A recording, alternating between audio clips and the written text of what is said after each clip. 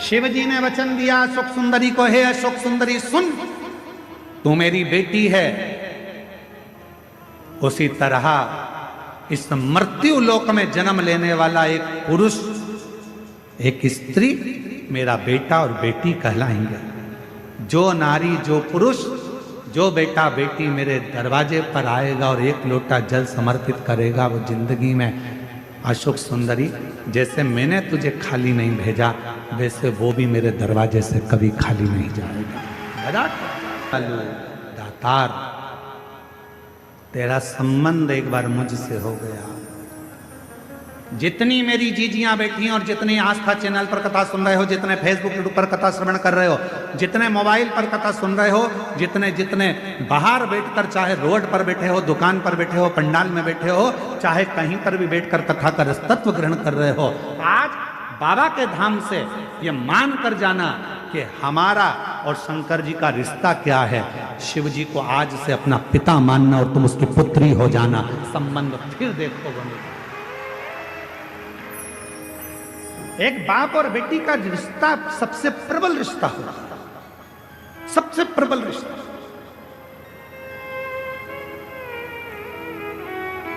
और देवघर की कथा है, यह रिश्ते की कथा है। कितना विचित्र कथा है देवघर की, जरा सुनिएगा। शायद बाबा बैद्यनाथ की कथा आपने सुनी। क्या रिश्ता था? मां कौशल्या जी ने सुकौशल जी और अमृत प्रभा जी, कौशल्या जी के पिताजी और माताजी ने कौशल्या जी को शंकर की आराधना करना सिखाया था।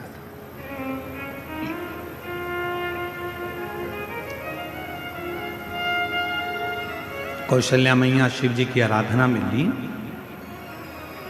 कहते हैं आनंद रामायण वर्णन करती है कि कौशल्या मैया एक मिनट भी शंकर की भक्ति के बिना रह नहीं पाती थी। भाव की इतनी शुद्धता थी मां कौशल्या जी की। फिर वही बात आ गई, रावण ताव से शिव जी को भजता था और कौशल्या जी भगवान शंकर को भाव से भजती थी। भाव से भजती। एक दिन रावण ने सभा बुलाई, सारे ग्रहों को बुला लिया, सारे देवताओं को बुला लिया। रावण की लंका में सभा लगी हुई है, बड़े बड़े देवता बैठे हुए हैं, ग्रह बैठे, नाग, किन्नर, गंधर्व, अप्सरा, देवता, दानव, सब उस सभा में बैठे हुए थे। सब उस सभा में बैठे हुए हैं और उस सभा में चारों तरफ सब लोग बैठे हुए हैं। और उस सभा में लंकापति रावण ने ऊंची आवाज कर कर कहा कि बताओ मेरे प्राण कैसे छूटेंगे, मेरी मृत्यु कैसे होगी। बड़े बड़े विद्वान बैठे थे, बड़े बड़े सभासद बैठे थे, बहुत देवता, गंधर्व, किन्नर, अप्सरा, पशु पक्षी सब उस सभा में बैठे हैं, असुर सुर सब उस सभा में। मेरे प्राण कैसे जाएंगे बताया जाए, कैसे मरूंगा मैं बताओ। तब किसी ने नहीं बताया। रावण को क्रोध आ गया तो सबको बंदी बनाने लगा। बंदी बना, अगर नहीं मालूम पड़ा तो मैं तुम्हें बंदी बना लूंगा। तब ग्रहों में ग्रह, सारे ग्रहों ने रावण से कहा, रावण तुम्हारी मृत्यु कौशल देश के राजा सुकौशल जी की जो लड़की है कौशल्या, उन कौशल्या माता के गर्भ से एक बड़ा विद्वान शूरवान एक पुत्र पैदा होगा, जन्म लेगा। उस बेटे के द्वारा तुम्हारे प्राण छूटेंगे। अब तो रावण को गुस्सा आ गया। कौशल नरेश, सुकौशल की लड़की कौशल्या और कौशल्या का बेटा राम मुझे मारेगा। हाँ, रावण ने सभा को विराम दिया, अपने गुप्तचरों को बुलाया, मेरी मृत्यु नहीं होना चाहिए, उसके लिए क्या करा जाए? एक ही काम है, कौशल्या को अपने यहां ले आ। जब लंका में माता कौशल्या आ जाएगी, कौशल्या अगर लंका में पहुंच गई तो उसकी कोई संतान नहीं होगी, संतान नहीं होगी तो तुम मरोगे नहीं। रावण ने उसी समय पर अपनी सेना तैयार कर कर कौशल राज्य में पहुंच गया और सुकौशल राजा के पास जाकर रावण ने हाथ जोड़कर प्रणाम किया। रावण उस समय पर शिव की आराधना नहीं करता था। बाबा वैद्यनाथ की कथा चल रही है, जरा सावधानी से सुनिएगा।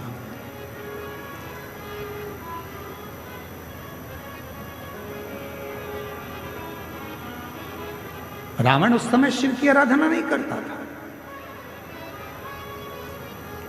सुकौशल जी ने देखा कि लंका का राजा रावण आया है, बड़ा प्रबल वीर लंकेश, आइए।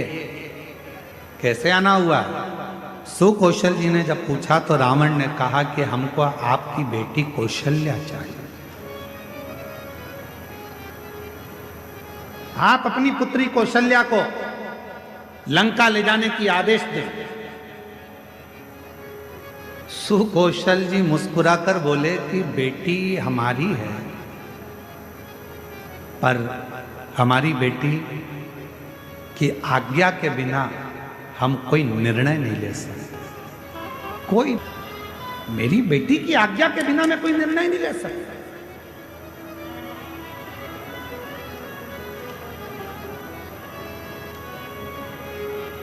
विचार किया। रावण ने पूछा तुम्हारी बेटी कहां है? सुकौशल जी बोले बस शंकर की भक्ति करती है तो अभी शिवालय से आ रही होगी। जो सामने से बेटी को आते हुए देखा तो कौशल्या इतनी सुंदर थी, माता कौशल्या इतनी सरल थी, माता कौशल्या।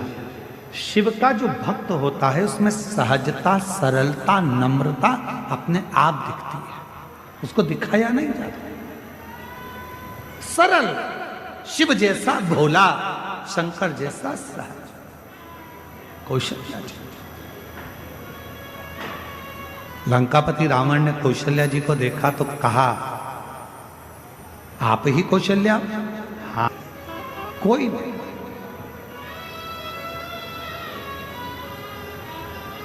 मेरी बेटी की आज्ञा के बिना मैं कोई निर्णय नहीं ले सकता।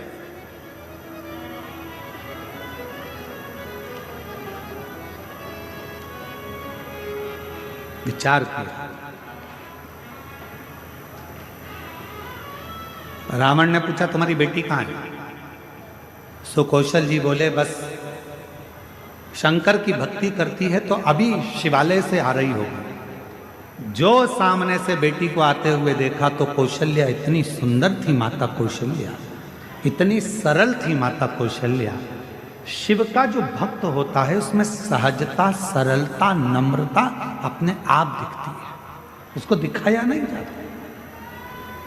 सरल, शिव जैसा भोला, शंकर जैसा सहज कौशल्या जी। लंकापति रावण ने कौशल्या जी को देखा तो कहा आप ही कौशल्या? हाँ। सुकौशल जी की बेटी हो? हाँ। हम आपको लंका ले जाने के लिए। मुझे लंका? हाँ। कौशल्या जी कहने लगी मैं तो लंका नहीं जाऊंगा, मैं लंका नहीं जाऊंगा। रावण कहने लगा तुम मुझे जानती नहीं हो कौशल्या, अगर तुम मेरे साथ नहीं चली तो मैं दबाव के साथ तुम्हें लंका ले जाऊंगा। इतने में कौशल्या जी के मुख से निकल गया लंकापति रावण सुन, तुम मुझे ले जाने की बात करता है, अगर बन सके तो तेरी लंका में एक बार उस कैलाशपति को ले जाकर बता दे तो कौशल्या लंका में प्रवेश कर जाए। तू एक बार उस कैलाशपति को तेरी लंका में ले जाकर बता दे तो ये मां कौशल्या जी कर रही हैं कि ये कौशल्या तेरी लंका में प्रवेश कर जाएगी। रावण हंसकर बोला वो कैलाश पर रहने वाला शंकर वो शंकर। अगर तुम बोलती कि विष्णु जी को लेकर बजाओ तो बड़ी बात थी, तुम कहती कि ब्रह्मा जी को लेकर। और जो 2026 आ रहा है उसकी जो शिवरात्रि है,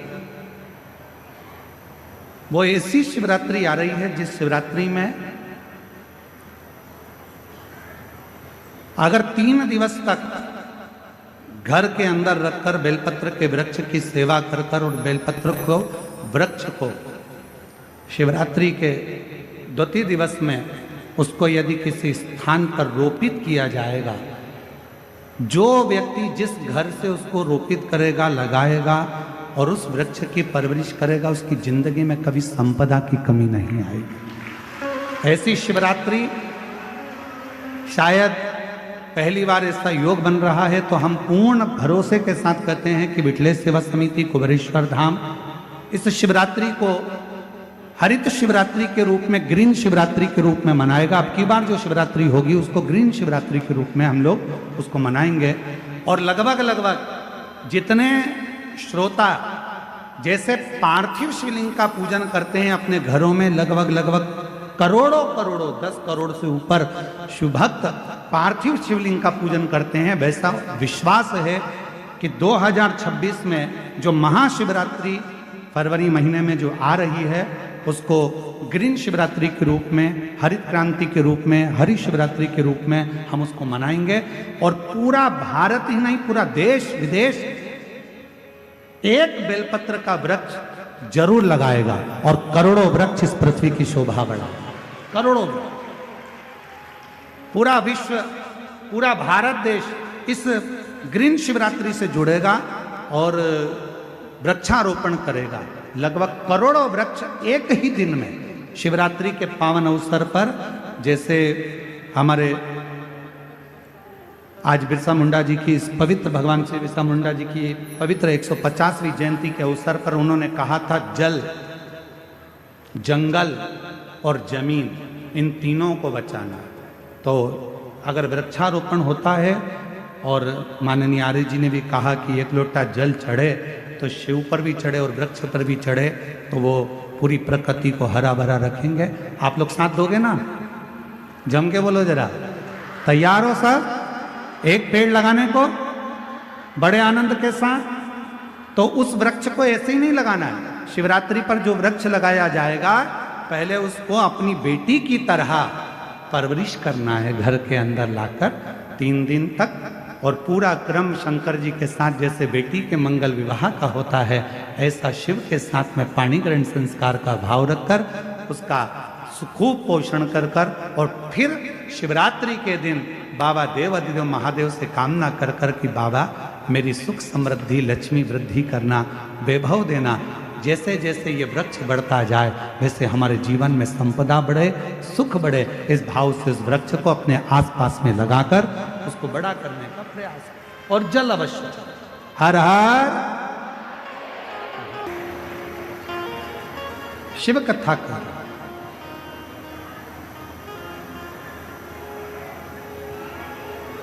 शिव को समझना,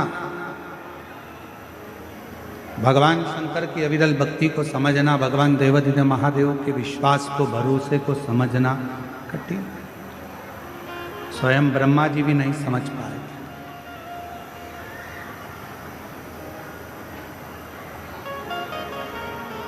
ब्रह्मा जी के भीतर थोड़ा सा अहम, ब्रह्मदेव के भीतर थोड़ा सा अहंकार आ गया कि ये रचना मैंने करी है,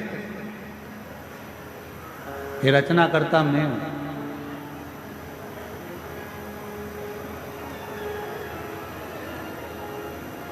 कई लोग कह देते हैं वो तो मैं जिंदा हूं तो काम हो रहा है, अगर मैं मर गई तो आटे दाल का भाव मालूम पड़ जाए। वो तो मैं कर रहा हूं तो हो रहा है, मैं चले गया तो तुम्हारी दुकान भी नहीं चली। कई लोगों के मन में आता है कि मैंने किया, और शिव महापुराण की कथा कहती है मैं संबोधन श्रेष्ठ संबोधन नहीं। भगवान शंकर के